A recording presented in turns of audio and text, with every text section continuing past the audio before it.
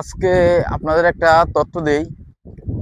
আপনার সৌদি আরবে মনে করেন যে যে কাজটা সবচেয়ে কষ্ট বেশি সেই কাজটা মনে করেন যে বেতনটাও বেশি।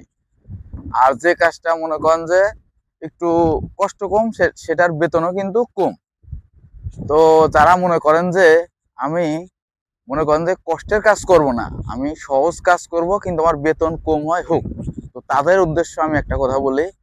আপনারা এই যে সৌদি আরবে মনে করেন যে বড় বড় যেসব মার্কেটগুলো আছে, অনেক মার্কেট আছে, সেই মার্কেটে যেগুলো মনে করেন যে আপনার মার্কেট দেখাশোনা করে বা মার্কেটের ভিতরেও অনেক সময় কাজ হয়।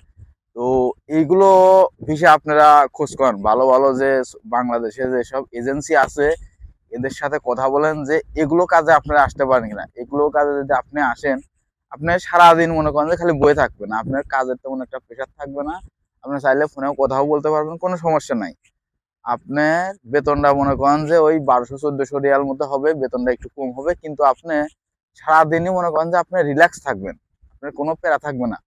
তো যারা এই যে সৌদি আরবে মনে করেন যে আমি কষ্টের কাজ করব না, আমি সহজ কাজ করব, এই কাজে আসার জন্য মনে করেন যে অনেকেই চিন্তা ভাবনা করতেছেন, ঠিক আছে? তো তাদের উদ্দেশ্যে আমি বলি যে আপনারা এরকম একটা মানে এগুলো এজেন্সি খুঁজেন, মানে এগুলো এজেন্সির কাছে মনে করেন যে এরকম অনেক ভিসা পাওয়া যায়, তাদের সাথে ভালো করে কথা বলেন। তো এরকম যদি ভিসা আপনি পান, তাহলে আপনি যদি সৌদি আরবে আসতে পারেন, তো আপনার কোনো প্যারাই থাকবে না। আপনি 10 বছরের জায়গায় যদি আপনি 15 বছর 20 বছরও করেন, তাও আপনার কোনো শরীরে বাঁধবে না।